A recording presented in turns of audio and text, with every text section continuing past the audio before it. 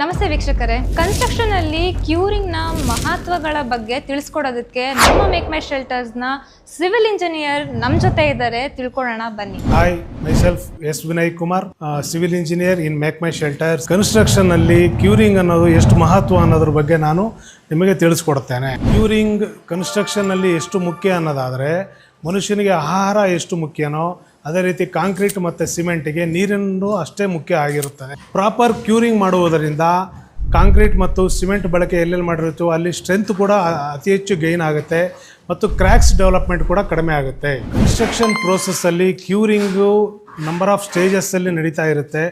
For example, ಫೂಟಿಂಗಿಗೆ 7 to 10 days ನಾವು curing ಮಾಡಲೇಬೇಕಾಗುತ್ತೆ.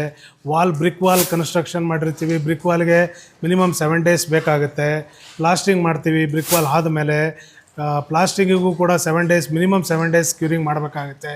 Next roof slab mould ಅಂತ ಮಾಡ್ತೀವಿ, ಮೋಲ್ಡ್ಗೆ ಮಿನಿಮಮ್ 14 days ಕ್ಯೂರಿಂಗ್ ಮಾಡಲೇಬೇಕಾಗುತ್ತೆ.